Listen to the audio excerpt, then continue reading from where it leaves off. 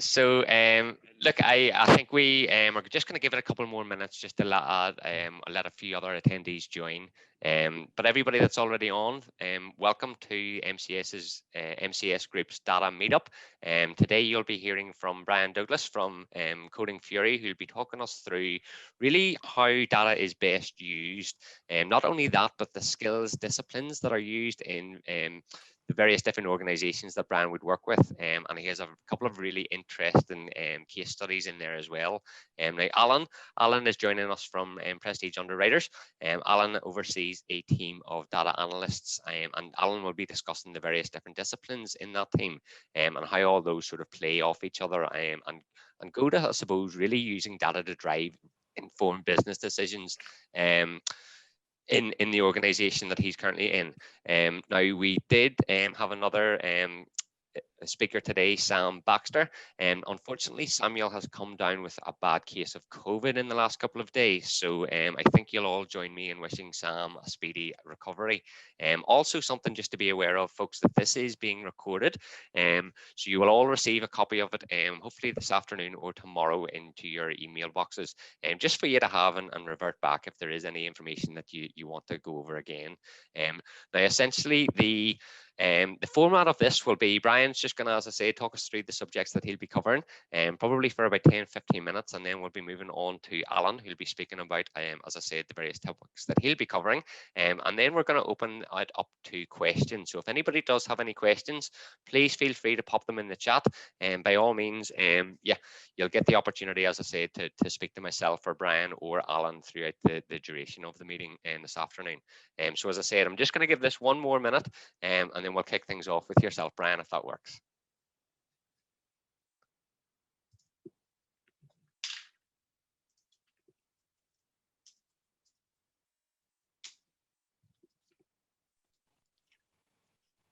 You have some elevator music to play while we're waiting, Andrew? Well, I could certainly sing for you, Brian, but I think it would probably cause a few people to drop off. That's for certain. Yeah, maybe a note for my next one. Yeah, it's always fun, and yeah, do you know what? I'm actually petrified because the more technical people are, like I host some of the meetups around Belfast, and the more technical people are, the more likely they're to screw up on the PowerPoint. I find, they can do the really complicated stuff. When it comes to doing something as simple as working PowerPoint, it always goes wrong at that point. So surely.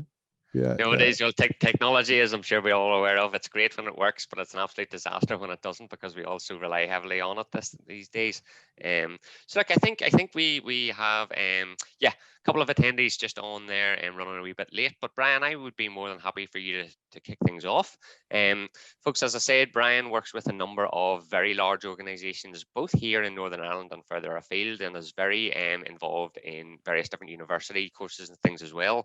So look, I shall pass it over to his wise hands, and we can take things from there. Brian, over to yourself, sir. Can you enable screen sharing? And I'll. Yes, it should be.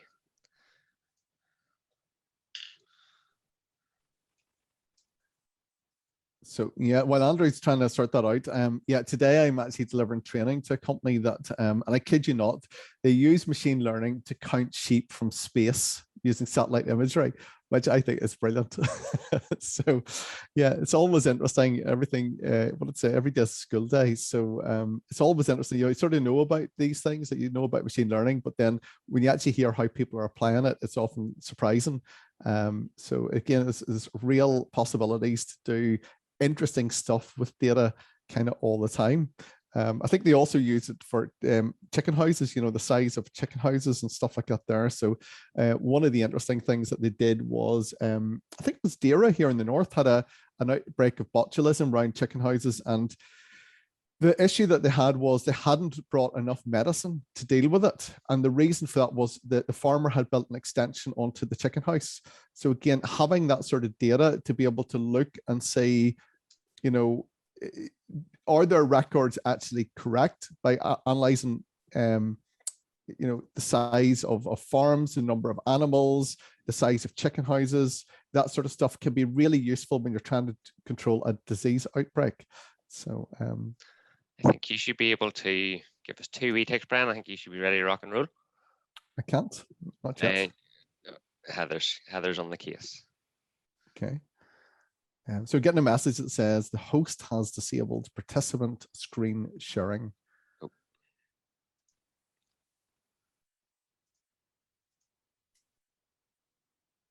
Bear with us, just 2 ticks.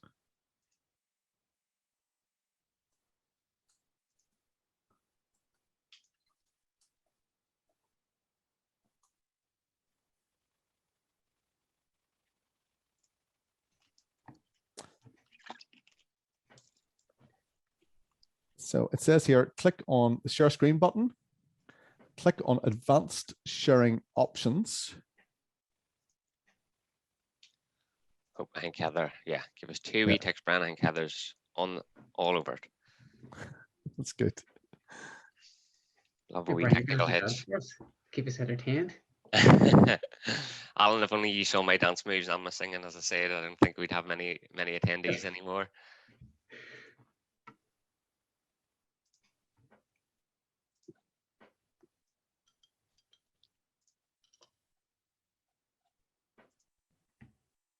Apologies for the temporary hold up, folks.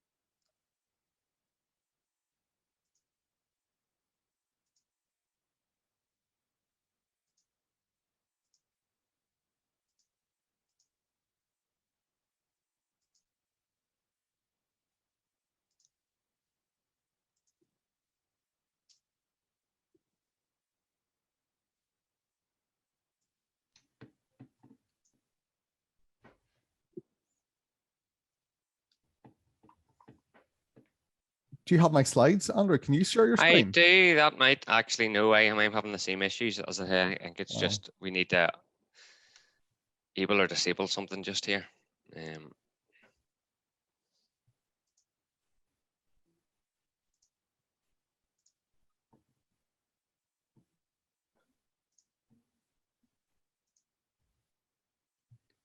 So Brian, is there some large tolerances in these algorithms for counting sheep from space in case they catch the odd cloud? That's an interesting question, actually.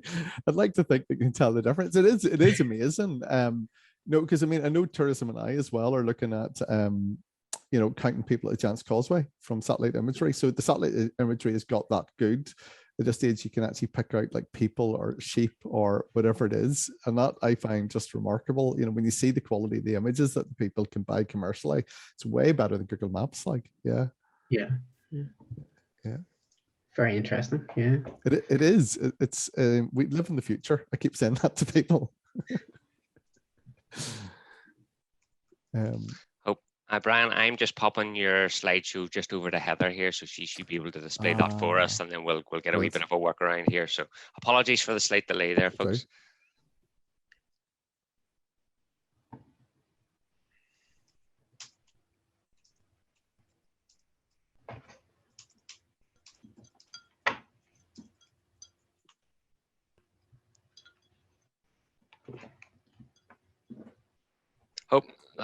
That should be us ready to rock and roll, Brian. You should have access to share your screen now. So apologies for that, folks. As I said, a couple of wee technical issues. Luckily, we work with a number of different IT support guys right across the board, so they've stepped in and helped us out here. But Brian, over to yourself, sir. Very good. Can you see that okay? Perfect. Perfect. Brilliant. Right. So I guess we should start from the top, which is an introduction. So my name is Brian Douglas. I have a company called Coding Fury, and we specialize in training for data science. And as Andrew alluded to, I always say to people, you know, any idiot can deliver corporate training, but I also work with, some of the local universities and colleges. I work a bit with Belfast Metropolitan College. I work a bit with Ulster University, both the School of Computing and the School of Business. And trying to make those connections between the two schools, you know, because I think that more and more, particularly when you think about data science, it's important not just to have technology right, but also to have people that really understand the business as well. So, Yeah, I think we definitely need more sort of cross-disciplinary subjects through the colleges and the universities. That's a big sort of bugbear of mine as well. So anyway, I'm assuming most people know what data science is or data analytics. I sort of would say that what we're trying to do here, or what I'm encouraging the organizations I work with to do, is to move away from truisms and rules of thumb. I think we're all guilty of this, that we use these sort of like truisms and rules of thumb to run our businesses. And what we should be doing instead is looking at the data and trying to move towards a world where we use data-driven decision-making instead. Now, I'm going to give you some examples of where this kind of thing should be done. So like I say, I'm not going to do the what is data science, but more why use data science. So here's some examples of where it's been put to good use. There's a really interesting project in America. It's called the $1 Million Blocks Project. It started off in Brooklyn, New York, and it's been so successful that they've run it out across 2 other cities now, and I expect it to expand further. The premise of the $1 Million Blocks Project was that they took Brooklyn, New York, and they visualized all of the blocks. And they said, right, what about the prison population? How many prisoners live in each of the blocks? And you start to see patterns emerging and clusters emerging like this one here. There's a lot of very, red blocks there, meaning that there's a lot of prisoners. And if you zoom in closer on that, that's what you actually see. So you get these real tight clusters, and obviously there's something going on here. Probably not only if you if you live in one of these areas, you're probably also more likely to go to prison yourself by being caught up in this or the culture, whatever happens. So the question is, like, what could you do about that? And what they actually did with this project was not only did they visualize the prisoners and where they are, but they also put a cost beside them. So each prisoner now has a cost. How much does this cost the taxpayer to have this person in prison? Some people are more than others. I mean, if you look, you'll see some of them are maybe only 45,000, like this guy here. So maybe a relatively minor offense, maybe in and out of prison quite quickly. And then you've got other people that cost much, much more. Like this guy's $350,000. And maybe this is, someone with a history of violence, needs to be in a high security wing, is there 365 days a year.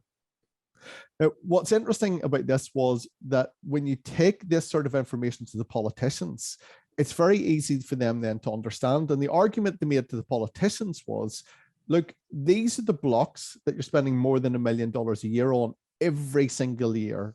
And what have you got to show for it next year? Nothing. You're just spending, the same amount next year and the year after. What if instead you took $1 million and you invested it in that area? And you could actually build upon that year after year. So when you show a politician this, I mean, it's one thing taking the idea to them, but when you can show them this, visualized in such a way, it's a no-brainer. They just look at it and go, yeah, this makes perfect sense. This is something we should be doing. So I think that's a good example. Here's another example of what data science could do. I think this is quite an interesting one, which is again on the New York theme. This is a taxi in New York. So we've visualized basically taxi picking up someone. So while there's a blue line, that's them with a fare. Then in between, sometimes you'll see them moving around looking for the next passenger, and off they go again. So I think that's quite an interesting thing that you can do with data. You can sort of look, and just visualizing data in a way that people get it, you can sort of understand it. Sometimes we talk about big data though, is this big data? Sort of. What if we took and we plotted all of the taxi journeys instead? That's actually what you get there. I think this is really interesting because it's not a map. You look at that and you think it's a map. It's not. It's generated purely from the GPS data from the taxis, where they have been. And the more often they go on a particular route, the brighter it is. So you can clearly see Manhattan. There's a huge number of taxi journeys around this part of Manhattan in particular. You can also see how the airport out here is slightly brighter than the rest, and it stands out. So it's a little bit interesting to see the data. I think that to me is an important thing. It's one thing having the data, it's another thing seeing the data and starting to look for the patterns and the trends. You might say that's fair and well, but what about Northern Ireland then? How does this apply to us? Well, here somebody has actually taken the data of the Northern Ireland buses, and they're visualizing Northern Ireland buses. So you can see there's 1 o'clock in the morning, and there's a bus making its way from Derry down to the Dublin airport.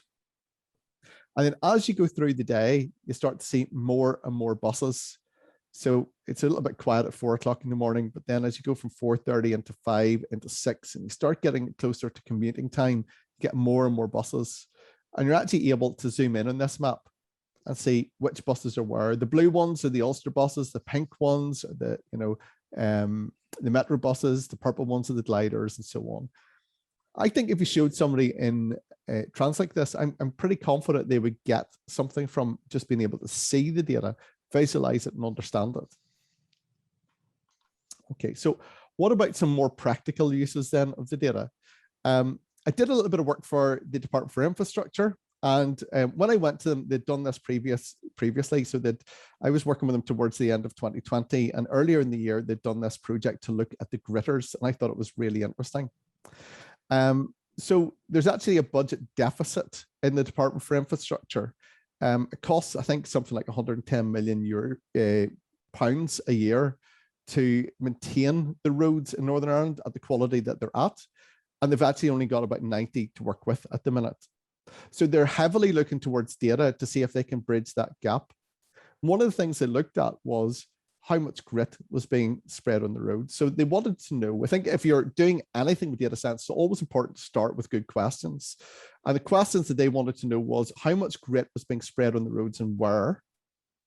And secondly, because grit is bad for the road surface, they wanted to know what the impact of spreading grit was. Like, so if we put more grit in the road, does that deteriorate the roads quicker? Things like that. So what did they find out from this project? What they discovered was that Derry, County Derry or Londonderry spends about twice as much on gritting as does Armagh.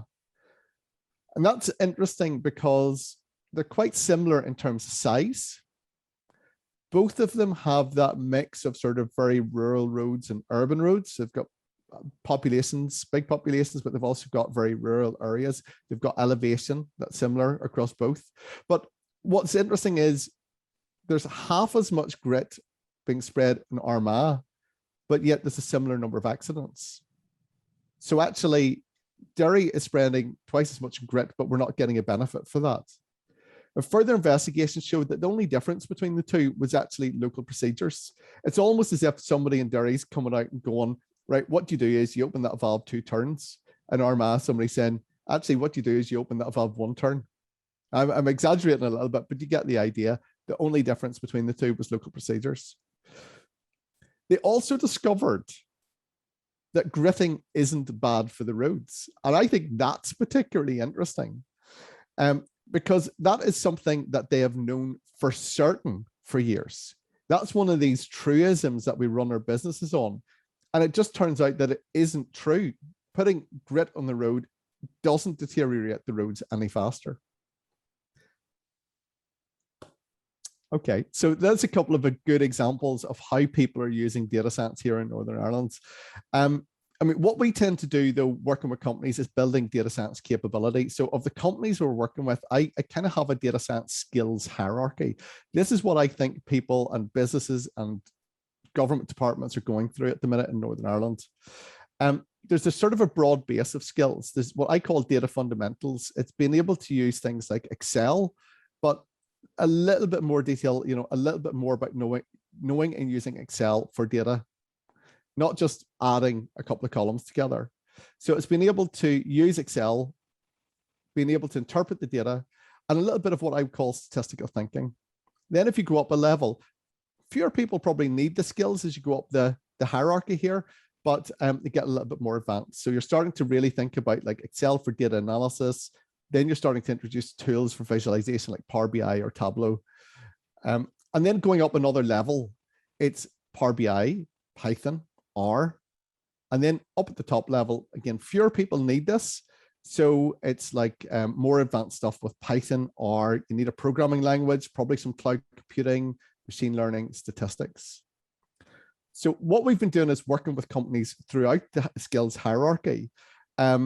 but I would actually say, like, in terms of the need, the courses that we run are almost in synchronous to this, that the more people need these skills and fewer people need these skills. So I thought we would probably be doing a lot more machine learning and so on. And while we do that, and while we do work with a lot of companies that are doing machine learning, Python and R, we actually end up taking a lot of our time and working with the company to see how can we get the employees to level up.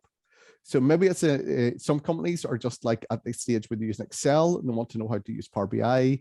Maybe they're at the Power BI stage and they're looking to get to the next level. So at every level, we're kind of helping companies to level up. And I think that is what everybody is sort of dealing with at the minute. I think most companies at this stage know what data science is. Most companies are starting to see the benefits from it. And what they're really grappling with at the minute is how do they get their employees up to the next level? So that's pretty much the end of my presentation. I'm sure there'll be a few questions as we go, Andrew. Yeah, I actually have a couple for you as well, Brian, if you don't mind. Sure.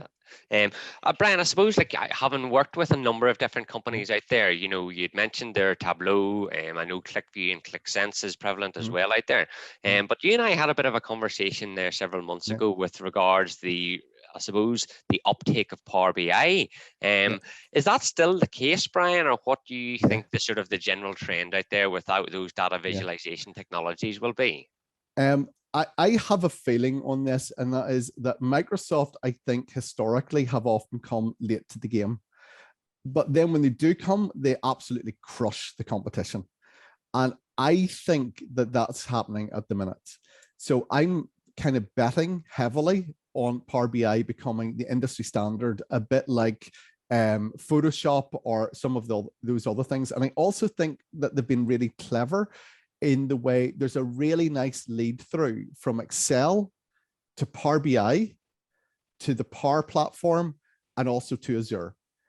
And you're starting to see things like the Power Query Editor is now in Excel. And once you've mastered that, you can actually do a lot of stuff in Power BI. So you already know the skills to use a lot of these things.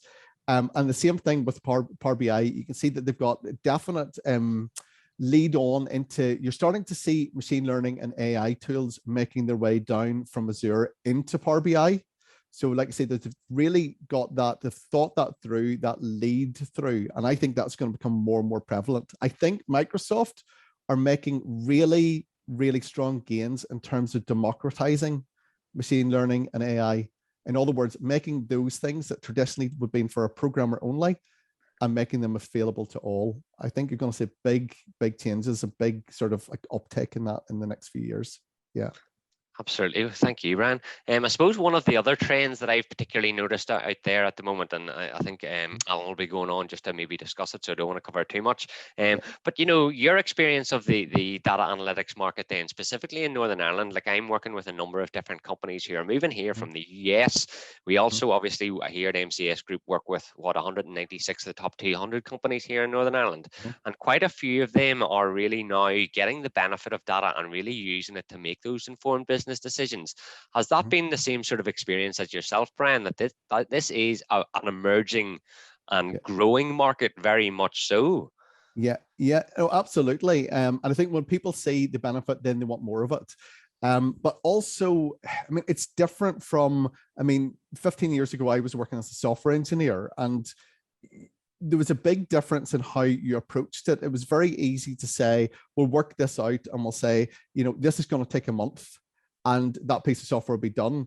I think a small amount of software was always exploration, but with data, it seems to be the other way around. It's a huge part of it is spent time on exploration.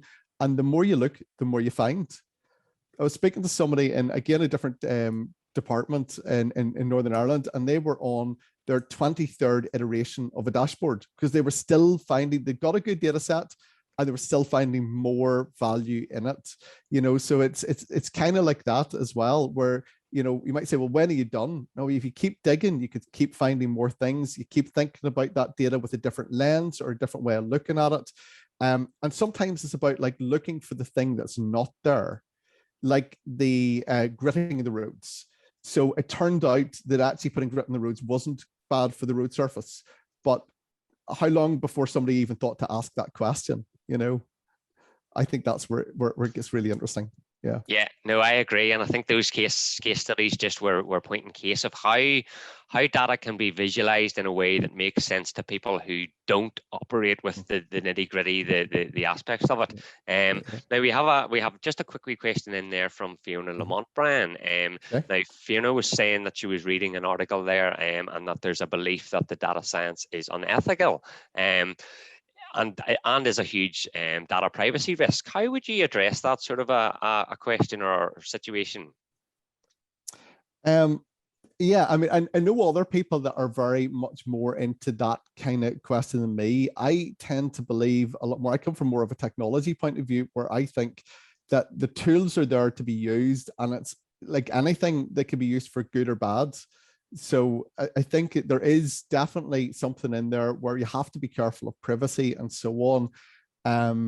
But I think if it's done in the right way, then it's okay, you know. But you're right, there could be unscrupulous people, and I'm sure there are unscrupulous people collecting and harvesting our data for all sorts of reasons.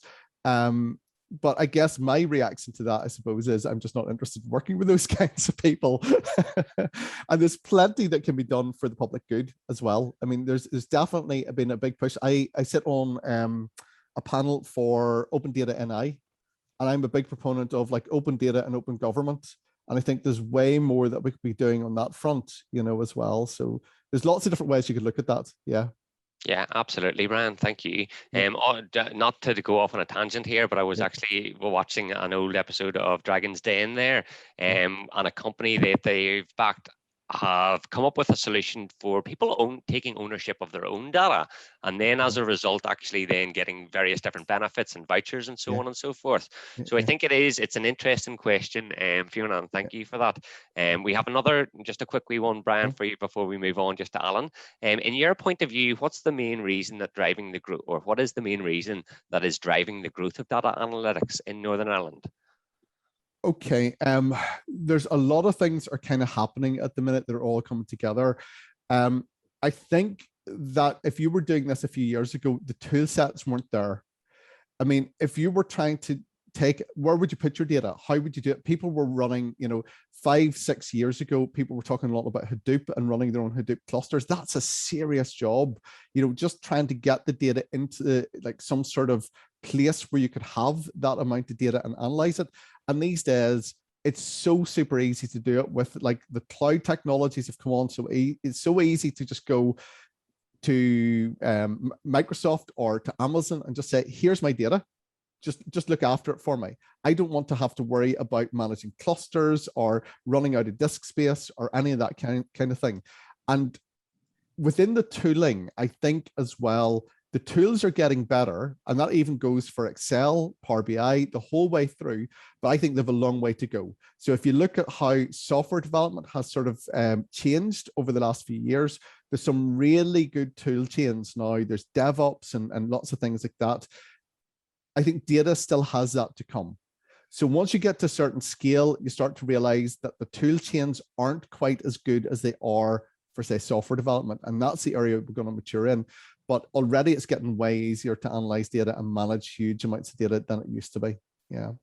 Okay, understood. And I think even from speaking to clients out there, particularly those people who are coming in from the US and so on, I think particularly here in Northern Ireland, we have such an excellent hub of technology specialists predominantly coming out of the universities. We're also, I suppose, renowned as being a really great place to live and work. So I think that is, I suppose, increasing our appealingness to data engineers across the board, and there are lots of opportunities out there. So Brian, thank you so much for your time and for all the valuable information. Alan, if you're ready to rock and roll. Good afternoon, sir, folks. Alan McConnell, just from Prestige Underwriting here. So Brian, if you would be able to unshare your screen there. Hope that's us. Alan, I believe you're just going to take us through, I suppose, your own journey into data then, and then the split and various different disciplines in your data analytics teams, and I suppose your knowledge of that sort of sector. So off to yourself, Alan, if you wouldn't mind.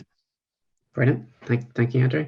And Brian, thank you. Very insightful. bringing some real world scenarios there to life. And I'm afraid I don't have any sexy presentation or cool infographics, so I'll try and keep things simple here. I'm currently, just to give you an excuse, I like to have a wee excuse, I'm on annual leave, so for fear of the wife cracking up with me, I've kept it simple. So I'll talk at you. Hopefully I'll not bore anybody. So yeah, my name is Alan McConnell. I'm Group Director of Analytics for the Prestige Holdings Group. Imagine a lot of you are perhaps wondering who are Prestige. Well, we're a group of insurance businesses delivering specialist products and services in broking, underwriting, the insurtech through the UK and Ireland. You'll probably be aware of our high street branding like Abbey Autoline or Chili Drive, who cater for the young driver telematics market, but probably less familiar when it comes to Cover.net, who's our B2B software house, and the underwriting and claims and car hire brands that sit under that Prestige banner. With around 700 staff, so not a massive company, and we work across the UK and Ireland and currently support the business with our analytics team, which is 11 strong. We're a locally grown business, and up to around 3 years ago, we were wholly locally owned. However, after a majority buyout by a PE house, we've now a much larger backing and an appetite to grow through M&E on top of the mergers and acquisition, guys, sorry. And we all love our acronyms, don't we? On top of extracting efficiencies and opportunities through existing relationships. And more important to me, that's the data part of it. Especially probably when we come to M&Es in Northern Ireland, when you get the Abbey Autoline size, you hit a saturation point and there's no longer an efficient way to grow your book organically. So M&E becomes necessary in comparison to marketing conversion costs for new business clients against acquiring when considering a customer lifetime value, the CLV. And that's the fun part of M&E process, poring over all the data and modeling all the future trends and how it'll kind of work out. I probably don't need to tell anyone here on this call today that data-driven decisions are the most important way to drive a business. You heard it from Brian as well, and not always the most welcome by management, but definitely the most important way to make an informed decision. The family structure that Abbey Autoline and Prestige have grown up with has been fantastic. I have loved it, but however, because we now have corporate investment, we've had to introduce some changes, and I've seen that as an opportunity that's allowed me to develop the team in a kind of a hybrid way to kind of suit the structure of the business and also the local market. And I'll probably get on that a wee bit more further on down. While remote working has been really important, we've seen that over the past year and a half, and I think everybody's kind of grown to enjoy that, especially in the data sector where we've all been ready and able to do this, but like other parts of the industry have held us back by looking at us going, look, you can't get that much done at home, you just can't be that efficient. Now they can see that, and hopefully they're going to embrace that. But for us, a big pain point was that our model kind of had traditionally out of town premises, and that always was a really hard sticking point for us attracting new staff members and good staff members that here maybe just graduating. So we've secured new offices in Belfast roughly 2 years ago, just before we went into lockdown, of course, just on the Lagan Quay there. Hopefully you'll see our banners as you're passing, and it's ideal for public transport, a short walk to town, and going in for lunch or even an after work excursion, which is something that I think the Big Four have always catered for well. And we knew we had to step up in that department. It's something that we kind of had to attack. But what separates us from the Big Four, and I think this is maybe, what Andrew's been talking to us a lot about when we've been trying to attract new talent. And I think a lot of other companies are kind of starting to embrace in Northern Ireland. And that's where the Big Four have niche data roles that manage a tiny part of the data lifecycle. We tend to have a more overarching and collaborative approach to our recruitment and team development. And I feel as a company, we can extract more from someone's ability when they have a better handle on the life cycle of the data and can be involved in many parts of a project from start to finish. It gives everyone a much greater sense of accomplishment, seeing something from the start to the finish, rather than just being a link in a chain and perhaps passing some code off down the food chain to be integrated in a process further down the line, and you might not even get to see it again. might not even hit production. So it might not be for everyone, but more often than not, when we speak to folk, we find out that they're frustrated with seeing only this tiny piece of the puzzle, and they're looking for something fresh where they can get involved in more areas of a project and offer fresh ideas. And another thing that we try to encourage then is just collaborative working. Depends on the project, depends, I suppose, on the company. I'm sure others operate in the same way, but we would more often than not try and encourage two people to work together. So it's kind of two sets of eyes, two sets of ears, always looking, listening, encouraging each other, and pushing each other towards a solution. It actually makes for less mistakes in dev and production, as mistakes are picked up earlier in the design process. Some people probably see it as not frugal enough because you've got two people involved in something, but I do feel it works for us, and I can see other companies starting to embrace it. Coming from the technical background myself, from IT, and not immediately coming straight into data, it's probably meant that my teams have always leaned towards a DevOps role too, and our current IT team, who are great, just aren't skilled up to deal with dev and engineering and how close we sit to both operations and data. Output kind of puts us in this unique situation.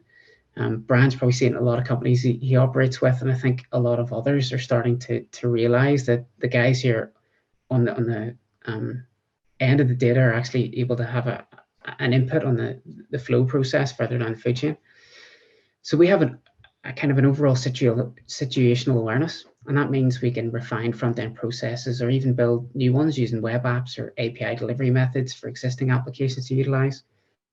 We even integrate with our current phone system. So when you look at delivering calls in the most efficient manner, you kind of think, how can these data guys give us a sense of, what time of day through an algorithm or what agents might be available?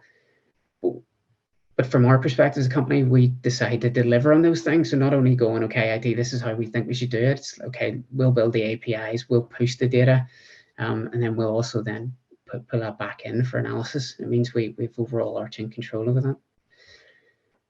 So most folk might think that some of those things are a wee bit sort of reactive. And there is this whole thing about reactive being too late. You need to be proactive. But sometimes I feel in our industry anyhow, you need to have a flexible reactive solution, something that can be tweaked quickly.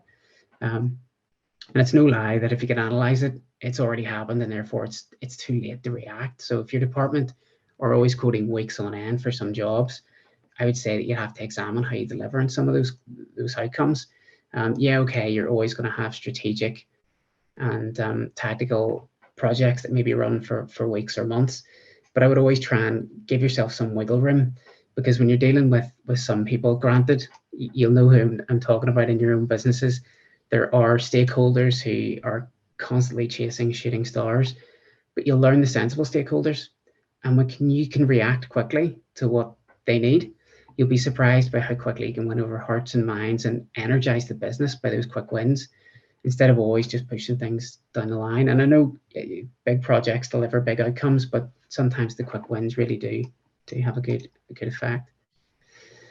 So yeah, I've touched on the fact that we have 11 staff, so it's not a massive department. It's a small, close-knit team. And while we have those who specialize and own or maybe co-own an area, we encourage everybody to be multi-skilled. By collaborating and working alongside others, it's amazing how quickly talent is shared inside the group and how quickly it's picked up. We also try to encourage continuous training and development through plural sites. Some of you guys might be more familiar with Udemy or Skillsoft or Cloud Academy or whatever it is, but just encouraging those technologies that even we don't currently utilize to help sharpen minds and challenge us in tech that we could help expand into. Brian touched on this there, leveling up. I mean, it's so important. It just helps people feel valued, and also just helps them be a more rounded person when it comes to the tech stack, even if it's a skill that they're not going to use again. And I think that just brings me on to the part that the most important part of the team is the people. And by investing in their skills, it just helps sharpen the team and get the best out of them and helps them enjoy what they do. On to our actual team, the traditional roles that exist inside our team, I'll step through a few of them here. The first one is something that we've only taken on 4 years ago, to my embarrassment, and that's a business analyst. And if any of you are operating out there without one, and you're maybe any more than 5 strong, I would strongly recommend it.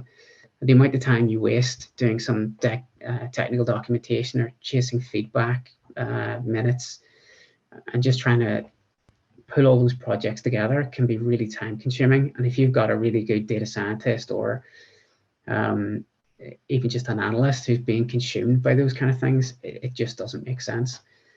So we've found that has really helped refine processes and overarch our department.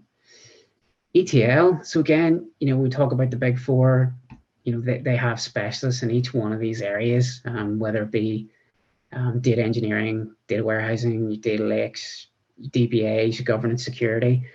But all those ETL processes we kind of see rolled up into one.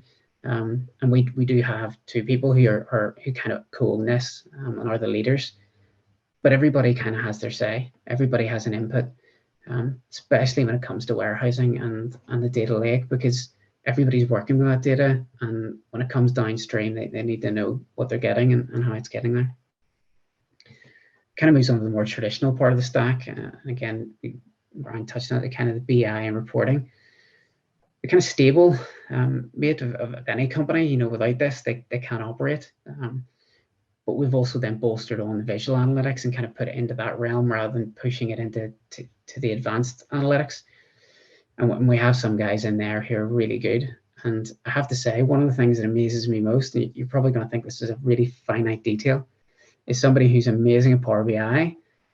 But the thing that makes them stand out the most to me is their awareness of color. So you can give me a dashboard and I'll give you a few shades of blue, and that's about the height of it. And there's a few other guys in my team who'll just vomit color, and it'll just be color pollution. But we always give it to this girl, and she is just amazing when it comes to pastel colors, and just it's amazing what she can do with an already great dashboard. And don't overlook that, in any of your departments, because it can get really rejected if something comes out and the colors just don't match. It sounds so simple, but it's so important. And then kind of moving on to the higher echelons there that maybe Brian's touched on, that says that most companies aim for and probably say that they do and sometimes don't do, or maybe outsource to, and that's your advanced analytics and your data science, predictive modelings.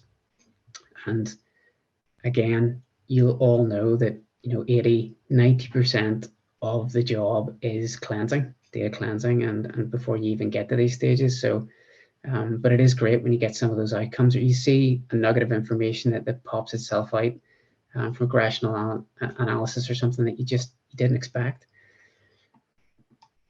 And then, as I say, because we're this kind of newfangled department that kind of tries to have a hand on everything across the company, where I think most people are going because of the data influence, is this growth part of the business and ops and DevOps.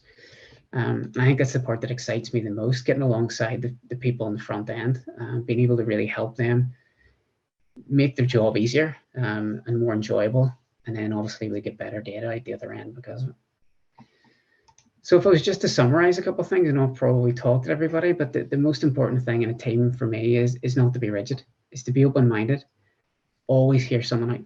It's amazing how someone else can come along at a problem from a completely different angle that you haven't seen and get the same answer, but perhaps be more efficient. So, another word of advice I think I would also say to guys, if and this is probably, Andrew will probably agree with me, and I would say this to folk on my own team, you spend so much of your lifetime in work. Ask yourself, are you enjoying your job 70, maybe 80% of the time? And if the answer is no, consider moving on for your sake and the employer's sake. You're not enjoying it. The employer's not getting the best out of you. Make sure you enjoy what you do, and try and skill up. That doesn't always mean moving on, I suppose. It's kind of, embracing what you have. And if you do enjoy what you do, loyalty should always be rewarded. And that's what I always say to my team, and there's some things that money can't buy, like being part of a dream team. But yeah, I've probably bashed on the way down here the big 4. And the truth is, we get so much great talent that has been molded by the big 4 before we get it. We just operate in a different way. and there's probably good and bad in both. But either way, I think the modern data analytics team needs to uplift and encourage growth, as the sector is just growing so fast, and we're probably going to end up with what I would imagine is a shortage, and it could well be a problem very soon. And we want folk to be happy and not wanting to bounce on to another job and just to really perform well. So I think that brings me to a close, unless there's any questions that people want to ask. I know, again, it wasn't as sexy as Brian's delivery, but yeah. I know, I thought it was absolutely great, Alan, and some real insight there from somebody who's obviously as experienced as yourself and working with such I suppose, an eclectic team of people and backgrounds and specialists or specialisms within it. Couple of things that you touched on there that I suppose I just want to ask. Absolutely right in the fact that, you know, the larger data teams do, I suppose, have a lot more specialisms in it, specifically ETL guys, or as you sort of said, the DBA guy, the administrators. And I suppose one of the big things that I really enjoy working with yourselves is the fact that you guys do give people that exposure to the broad range of specialisms in the team. I suppose my question here is, I mean, do you feel as though, you know, what am I trying to ask here? Do you feel as though that environment, as you have rightly said, I would talk to a number of candidates coming out of the big four who just don't get to see the tangible touch points of their work and what input and effect that has on the business. I suppose a better question would be is, you know, you guys are essentially using data to push back and to make informed business decisions, Alan, and you touched on it there, but you know, how do you address companies who maybe don't actually fully get the advantage that data can play in it? I mean, how do you do that pushback? Is it a case of putting together those nice data presentations, the likes of your very skilled color artist does, or how do you actually push back and get their engagement, Alan, would be the question I suppose that I'm asking. Yeah, well, we actually do with third parties, but I'll maybe draw on some experience internally through mergers and acquisitions. You acquire some folk, and they maybe have the old school of thought of putting their finger in the iron and saying, I feel this. And you'd be amazed through all the companies we operate with, how often we get that. Even when you bring up the cold hard facts and say, this is what it says. In those scenarios, the only way is to try and get alongside that person, spend more time with them, let them see the data, encourage them in what they live within. So you might be trying to push another way for some other data segment. Get what floats their boat. It's not because you want to use that at a stakeholder meeting and push it, but it's just so as you can work on something, give them the same outcome as what they are expecting. And then you kind of win hearts and minds and then work alongside them. It's the only way. Honestly, I've been here so many times on my journey. And once you butt heads with somebody, there's just no coming back. You know, they'll always say no. And no matter how many people you get on side, they'll say something at another meeting. So data is contentious, 100%. And the only way is to try and bring that person along and show them what it's saying and dissect it another way. Visual analytics. Maybe Brian will agree or disagree with me. It depends on the visual you use. You can actually lose somebody by displaying the data wrong, even though it's saying the same thing. And we've seen that before. Maybe just folk that just are traditionally used to looking at paginated Excel reports, and you throw a visual up and you lose them immediately. So you're better to sometimes have both. So those people can assimilate with either or. So that would be my answer to that one. Okay, yeah, no, it is. I suppose that rings true for like quite a lot of the younger data teams that I would be working with, and really getting that stakeholder engagement. And as you have accurately sort of said there, it's about tailoring it to what it is that they specifically will be digestible for them, and then they go, as Brian was saying earlier, yes, now I get it, and now there's a bit of buy-in. Okay, well, Alan, look, thank you so much for your time, and I hope we haven't got you in trouble with your wife too much. And I again, hugely appreciate you taking the time from your annual leave. So, folks, that essentially wraps up our data analytics meetup. Now, I think you'll all thank me for Brian and Alan both giving us their time and their insight and their education there on the the data analytics world, particularly here in Northern Ireland. Now, you will be, as I was saying earlier, receiving a full rundown of this meeting in your email boxes over the next couple of days.